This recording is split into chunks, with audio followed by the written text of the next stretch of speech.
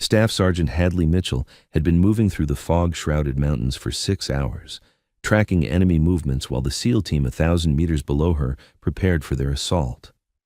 At 29 years old, with shoulder-length dark brown hair, usually hidden under a tactical cap and hazel eyes that missed nothing, she'd learned that being invisible was her greatest tactical advantage.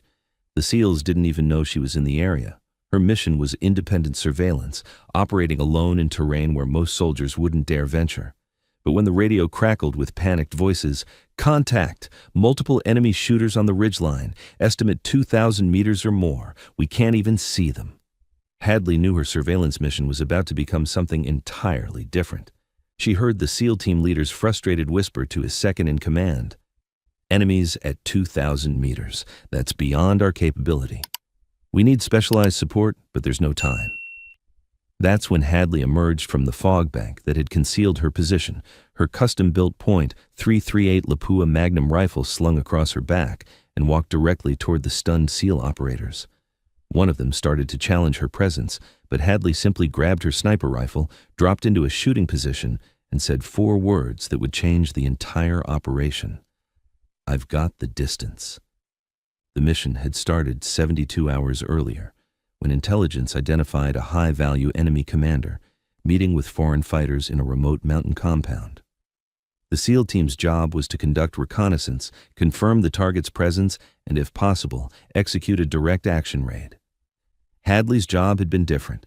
Inserted alone via high-altitude parachute drop, she was tasked with providing advanced surveillance from elevated positions the SEALs couldn't safely reach. She operated independently, moving through terrain at elevations above 8,000 feet, observing enemy movements and reporting intelligence.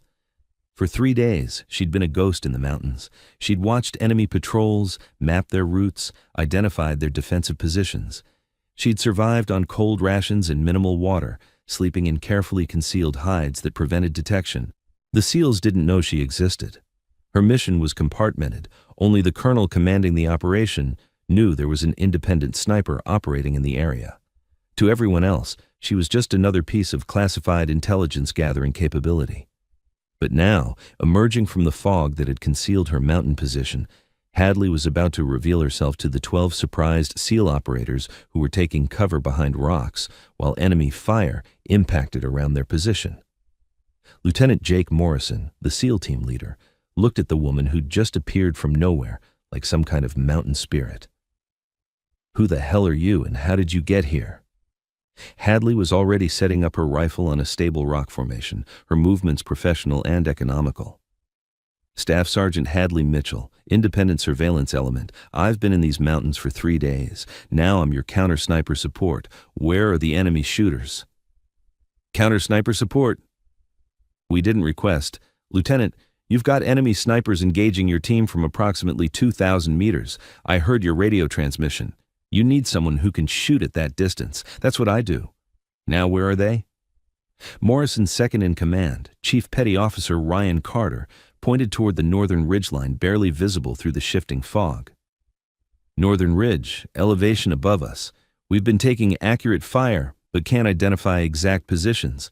They're hitting us from way beyond our rifle range." Hadley pulled out her rangefinder and began scanning the northern ridgeline. "How many shooters?" "At least 3, maybe more. They've been firing sporadically for the past 10 minutes. One of my guys took a round through his plate carrier. Didn't penetrate, but he's bruised bad." "Have they been repositioning between shots?" "Hard to tell. Fog's been rolling in and out, but yeah, seems like they shoot and move." Hadley ranged various points on the northern ridgeline. 1,950 meters, 2,020 meters, 2,100 meters. The fog was complicating things, reducing visibility to intermittent windows when the wind shifted. "Lieutenant, I need your team to stay in hard cover for the next 15 minutes. No movement, no return fire. Let them think you're pinned and waiting for help. That'll make them confident, maybe less careful about exposure." Morrison studied her. Mid-20s to early 30s, fit but not bulky, calm in a way that suggested this wasn't her first time under fire. The rifle she was setting up was clearly custom-built, high-end optics, the setup of someone who took long-range shooting seriously. "Sergeant, with all respect, who authorized you to be here?" Colonel Richards at Task Force Headquarters. My mission is compartmented. You weren't briefed on my presence because I'm supposed to be invisible, but circumstances changed when your team came under fire from extreme range. Now I'm your best option for dealing with that problem. Carter spoke up. Ma'am, no disrespect, but those enemy snipers are at 2,000 meters or more. That's beyond effective range for most shooters. What makes you think you can engage at that distance? Hadley finished her rifle setup and looked at Carter with hazel eyes that held absolute confidence. Chief, my longest confirmed kill is 2,450 meters. I'm certified for extreme long-range interdiction. 2,000 meters is well within my capability. Now, let me do my job. She returned to her scope, scanning the northern ridgeline with methodical precision. The fog was her enemy. Every time it rolled in, visibility dropped to less than 500 meters. But when the wind shifted and cleared the fog temporarily, she could see the terrain features where enemy snipers would position. For 8 minutes, nothing happened. The SEAL team stayed in cover, watching this mysterious sniper who'd appeared from nowhere. Some were skeptical, others hopeful, all confused about who she was and how she'd gotten here. Then Hadley saw it. A brief break in the fog revealed a figure on the northern ridgeline, partially concealed behind rocks at approximately 2,050 meters. The enemy sniper was setting up for another shot, confident that the fog concealed him. I have visual on one shooter, Hadley said quietly.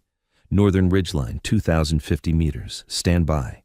She ranged the target precisely, 2,047 meters. She pulled out her handheld weather station and checked conditions. Wind 12 miles per hour from the northwest, temperature 52 degrees Fahrenheit, elevation 8,300 feet, humidity 75%. Hadley input the data into her ballistic calculator, getting her firing solution. 41.8 MOA elevation adjustment, 7.6 MOA windage correction. At this distance, her bullet would be in flight for approximately 3.1 seconds. She made her scope adjustments and settled into perfect shooting position. Through the scope, the enemy sniper was a small figure, barely recognizable as human at over 1.2 miles distance. Hadley controlled her breathing, finding the natural respiratory pause. Her finger took up trigger slack. She held the crosshairs on target with the calculated holdover for bullet drop and wind drift. The rifle fired. The recoil was substantial, but Hadley wrote it perfectly, staying in the scope to observe impact. 3.1 seconds of bullet flight. Through her scope, she saw the enemy sniper collapse. Hit, she said calmly. Target down at 2,047 meters. The SEALs who'd been watching through binoculars and rifle optics stared in stunned silence. They'd just watched someone make a shot most of them considered impossible. Morrison found his voice first. Confirmed. Enemy sniper is down. Holy shit, you actually hit him from over a mile away. That's one, Hadley said, working the bolt and chambering a fresh round. You said at least 3 shooters. I'm scanning for the others. She continued observing the northern ridgeline. The fog was rolling back in, obscuring visibility. But she'd learned to read terrain during her 3 days in these mountains. She knew where the good shooting positions were. 4 minutes later, another fog break revealed a second enemy sniper, this one at 2,120 meters, positioned further west along the ridgeline. Second target acquired, 2,120 meters. She ran her calculations, adjusted for the greater distance and slightly different wind angle, and fired. 3.2 seconds later, the second enemy sniper dropped. 2 down, Hadley reported, scanning for additional threats. Chief Carter was now looking at her with something approaching awe. Sergeant, those were the 2 best shots I've ever seen. You're making 2,000+ meter kills look routine. At these distances, it's just math, Chief. Measure the variables accurately, calculate correctly, execute the fundamentals. The distance is just another variable to account for. Morrison keyed his radio. Griffin 6 to T-Oak, be advised we have counter-sniper support on station. 2 enemy snipers neutralized at extreme range, continuing mission. The SEAL team began moving again, advancing toward their objective, the compound where the enemy commander was believed to be located. Hadley moved with them, staying slightly elevated to maintain overwatch capability. As they advanced, Morrison fell back to move alongside her. Sergeant, I need to know what your capabilities are. Are you just here for counter-sniper work, or can you provide ongoing support? I can provide whatever support you need, Lieutenant. Counter-sniper is my specialty, but I'm qualified for all aspects of precision fire. If you need precision engagement at any distance up to 2,500 meters, I can deliver. What about closer ranges? If we hit resistance at 500 to 800 meters? I'm trained on all engagement distances. My rifle is optimized for extreme range, but I can make shots at any distance. Just tell me what you need eliminated, and give me good sight lines. They continued moving through the mountainous terrain. The fog was still rolling in and out, sometimes providing concealment, sometimes exposing them on open slopes. 20 minutes later, the team reached an observation point overlooking the compound. Morrison glassed the target through binoculars while Hadley scanned with her rifle scope. The compound was in a valley approximately 1,400 meters from their position. She could see multiple buildings, defensive walls, and at least 15 to 20 enemy fighters visible in various locations. I count approximately 20 hostiles, Morrison said. They're not on high alert, probably don't know we're here yet. The question is how we approach without getting detected. Hadley was studying the compound's defenses through her scope. Lieutenant, I see 3 positions that concern me. There's a guard tower at the northeast corner with at least 1 sentry. There's a machine gun position on the main building's roof. And there's what looks like a fighting position on the western wall with multiple personnel. Can you engage those positions from here? Affirmative. Range is 1,400 to 1,500 meters, depending on specific target. Well within my capability. But once I start shooting, the compound will know they're under attack. Morrison considered tactics. If you can eliminate those 3 key positions rapidly, tower, machine gun, western fighting position, my team can move in during the confusion. How fast can you engage all 3? Give me 2 minutes to pre-range all 3 positions and calculate firing solutions. Then, I can engage all 3 in under 60 seconds if you need speed. Do it. When you finish the 3rd shot, we'll begin our assault. Hadley spent the next 2 minutes in careful preparation. She ranged each target position precisely. Guard tower at 1,437 meters, machine gun position at 1,485 meters, western fighting position at 1,392 meters. She calculated ballistic solutions for all 3, accounting for the slightly different ranges and angles. She mentally mapped the sequence. Tower first to eliminate observation, machine gun second to remove the heavy weapon, fighting position third because it would take longest for those fighters to react.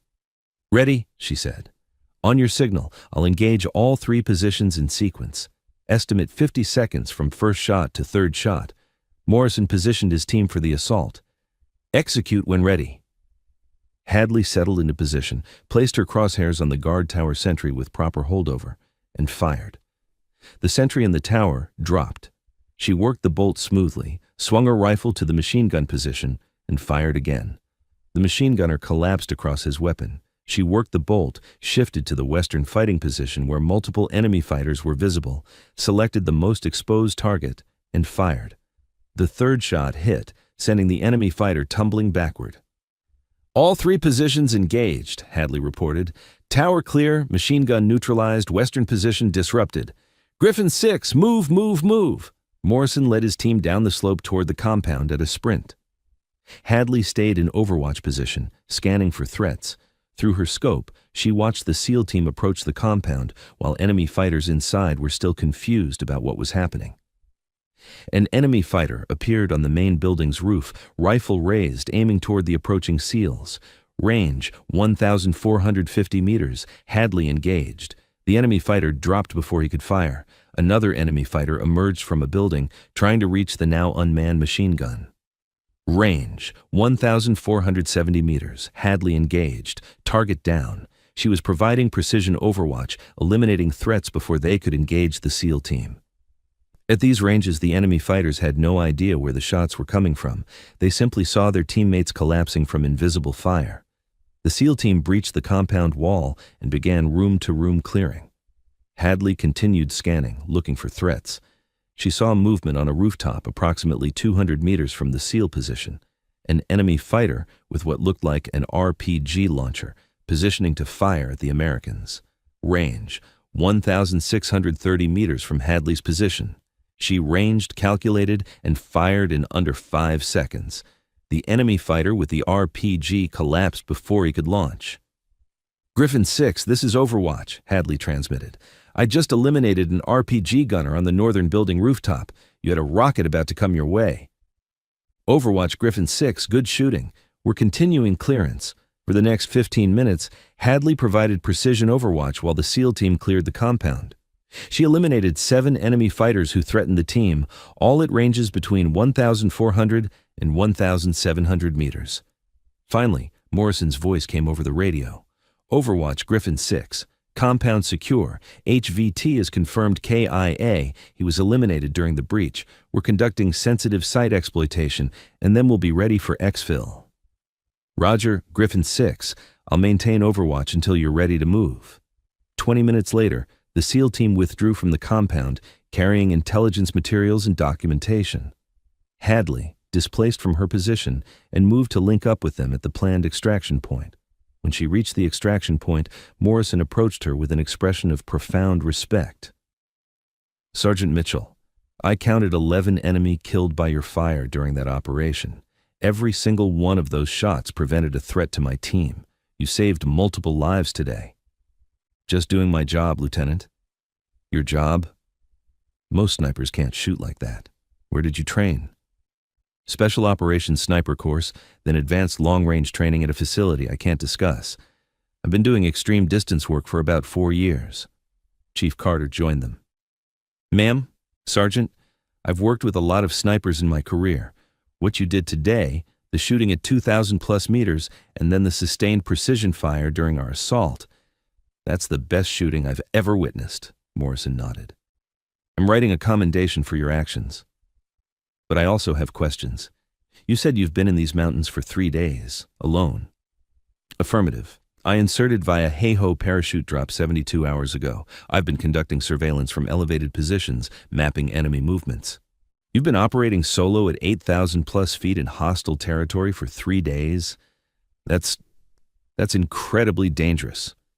Hadley smiled slightly. "Solo operations are my specialty, Lieutenant. I prefer working alone. No one to compromise my position, no one to slow me down. Complete freedom to move through terrain most people can't access." "But what about resupply? Support? Extraction if things go wrong?" "I carry everything I need. Water purification, cold rations, cold weather gear, emergency medical. As for extraction if things go wrong, I'd handle it the same way I handle everything else. Carefully, quietly, and alone." The extraction helicopters arrived, pulling the SEAL team and Hadley out of the area. During the flight back to base, several of the SEALs approached her with questions about her shooting, her training, her equipment. She answered professionally, but didn't volunteer much. She learned that maintaining some mystery was tactically useful. Let people wonder. Let them speculate. It kept them from assuming they fully understood her capabilities. When they landed at the forward operating base, Hadley was met by Colonel Richards, the task force commander who'd authorized her insertion. "Sergeant Mitchell, I've been monitoring the operation. Your shooting was exceptional. 11 confirmed kills at ranges from 1,400 to 2,100 meters, including critical saves that prevented SEAL casualties. Outstanding work." "Thank you, sir. I'm also hearing that you emerged from the fog like some kind of ghost, took charge of the counter-sniper situation, and made shots that SEAL team members are calling the best they've ever seen. You've certainly made an impression." "Sir, I prefer to avoid making impressions. I work better when people don't know I'm there," Richard smiled. "I understand, but after today, the special operations community is going to know about you. The word is already spreading about the sniper who appeared from nowhere and made impossible shots look routine." Over the next 2 weeks, Hadley supported 3 more SEAL operations, each time operating from elevated positions that other personnel couldn't or wouldn't access. She made shots at ranges from 1,600 to 2,300 meters, eliminating threats before they could engage friendly forces. Her reputation grew despite her preference for anonymity. SEALs who'd worked with her spread the word. There was a lone sniper operating in the mountains, a woman who could make impossible shots and who moved through terrain like a ghost. Some started calling her the Fog because she appeared from nowhere, eliminated threats with precision, and disappeared back into the mountains without explanation. The nickname amused her. It fit the way she operated. Invisible until the moment she was needed, then devastating in her efficiency, then gone before anyone could fully comprehend what had happened. 3 weeks into her deployment, Hadley received orders for her most challenging mission yet. Colonel Richards briefed her personally. "Sergeant, intelligence has identified an enemy commander who's been directing attacks against our forces for the past 6 months. He's responsible for at least 40 coalition deaths. He's careful, paranoid, constantly moving locations. But we've confirmed he'll be at a specific compound tomorrow at noon." "What's the challenge, sir?" "The compound is in a valley surrounded by enemy-controlled territory. Any conventional assault would result in significant casualties. Airstrikes aren't authorized due to potential civilian presence, but there's an elevated position approximately 2,800 meters from the compound." Hadley's eyes widened slightly. 2,800 meters was extreme even for her. "Sir, that's at the edge of my rifle's maximum effective range. I've never made a combat shot that long." "I know, but you're the only sniper I have who's even capable of attempting it. If you think the shot is possible, you're authorized to try. If you don't think you can make it, we'll find another solution." Hadley studied the imagery and topographical data. "Sir, 2,800 meters is possible in perfect conditions with perfect execution. I'd need extensive preparation time, detailed environmental data, and probably some luck. But yes, I believe I can make the shot." "Then, you're authorized. You'll insert solo tomorrow morning, establish position, and engage the target when he appears at approximately 1200 hours." The next morning, Hadley was inserted alone via helicopter to a mountain position at 9,100 feet elevation. The landing zone was barely large enough for the helicopter to hover while she jumped out with her equipment. She had 6 hours to prepare for a shot that would either make history or teach her where her limits were. She established her firing position with obsessive attention to detail. She ranged the compound at multiple points: 2,784 meters, 2,791 meters, 2,806 meters. She would estimate the target at approximately 2,795 meters when he appeared. She spent 2 hours studying environmental conditions. Wind was the biggest variable. At 2,795 meters, her bullet would be in flight for approximately 4.3 seconds. During that time, even moderate wind would push the bullet over 10 feet laterally. She observed vegetation at various distances, estimating wind speed at 500-meter intervals along the bullet's flight path. She calculated temperature gradients from her elevation down to the valley. She accounted for the fact that she'd be shooting downward at a significant angle. The ballistic solution was complex: 78.4 MOA elevation adjustment, 13.2 MOA windage correction, with additional compensation for the downward angle and the thin air at her elevation.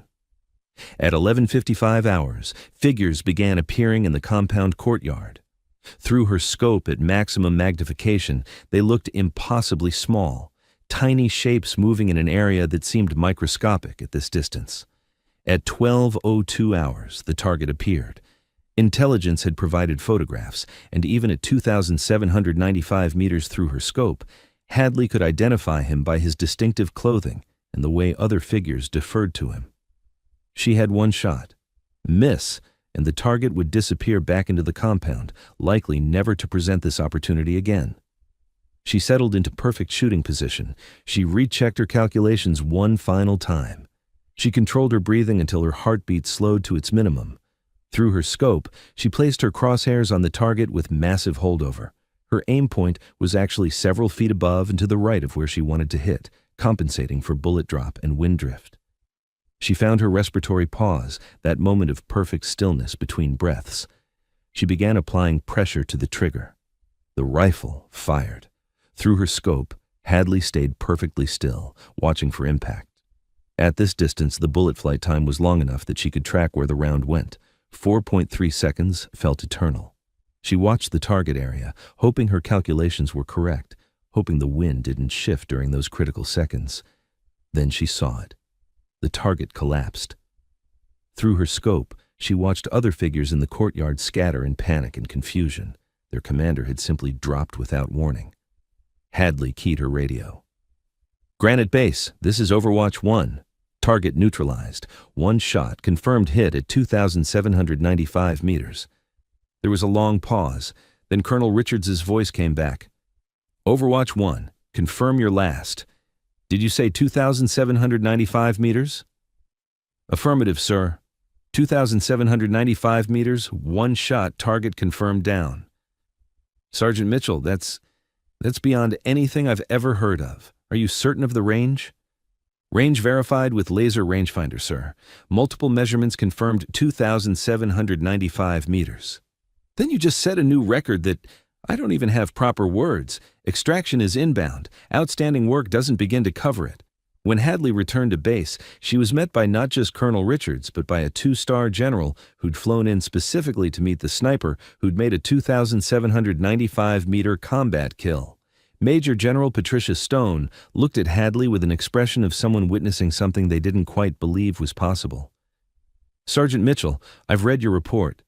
I've reviewed the imagery. I've confirmed the range measurement. You made a shot that's over 1.7 miles. That exceeds the previous record by several hundred meters. How is that even possible?" Hadley stood at attention. "Ma'am, it's possible because I've spent years training for extreme long-range shooting.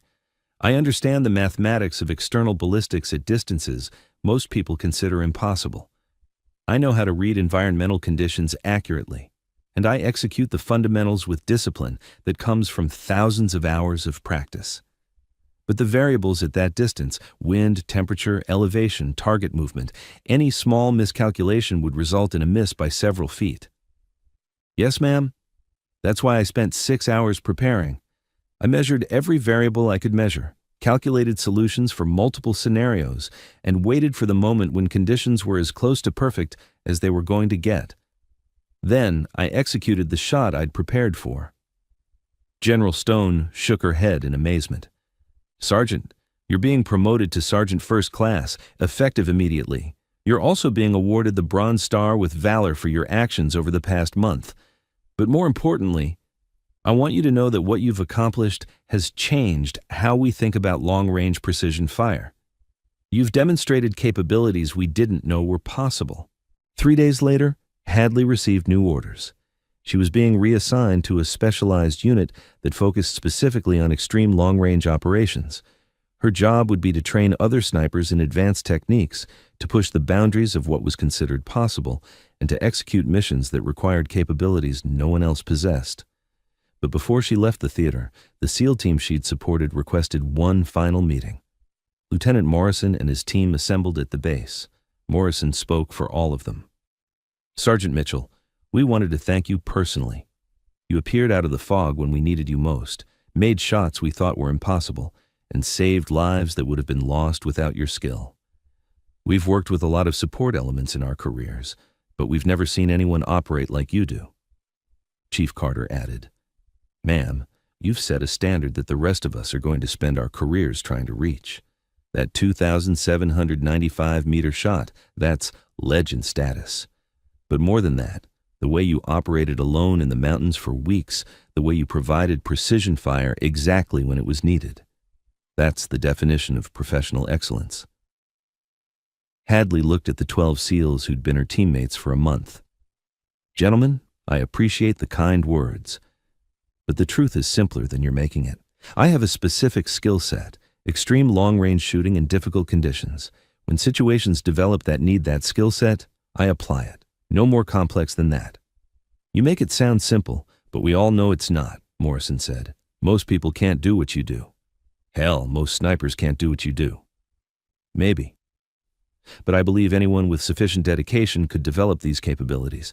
It requires discipline, practice, and a willingness to operate in conditions that are physically and mentally demanding. It's not magic, it's just work." One of the younger SEALs spoke up. "Ma'am, is it true they're calling you the Fog now?" Hadley smiled. "I've heard the nickname." It's somewhat appropriate. I do prefer to operate from concealment to appear when needed and disappear when the mission is complete, like fog rolling in and out of these mountains. It's more than appropriate, Morrison said. It's perfect. You're exactly like fog, invisible until you're right there, impossible to predict, and gone before anyone realizes what happened. Except, unlike fog, you're deadly precise. A week later, Hadley departed the theater. Her 30-day deployment had resulted in 43 confirmed enemy kills at ranges from 1,400 to 2,795 meters, supporting 8 separate special operations missions without losing a single friendly soldier to enemy fire. Her record-breaking 2,795-meter shot would be studied in sniper schools for decades. Her tactics for solo operations in extreme terrain would become training material for special operations forces worldwide. But Hadley's greatest contribution wasn't the records or the tactics. It was demonstrating that the limits people assumed for long-range shooting were actually just the limits of their imagination. With the right skills, the right equipment, and the right mindset, shots that seemed impossible were merely difficult. And difficult was exactly what Hadley Mitchell specialized in. The SEALs had whispered in frustration, "Enemies at 2,000 meters, we can't reach them." Then Hadley Mitchell stepped out of the fog that had concealed her mountain position for 3 days, grabbed her sniper rifle, and made those 2,000-meter shots look routine. Over the next month, she would eliminate 43 enemy fighters at ranges most snipers considered impossible, culminating in a 2,795-meter kill that set a record and proved that the only real limits in precision shooting are the ones we accept in our minds. Because sometimes the solution to an impossible problem is a quiet woman who's trained for years to specialize in exactly that kind of impossible. Thanks for watching. Every woman has a story worth telling. Join us to hear them all.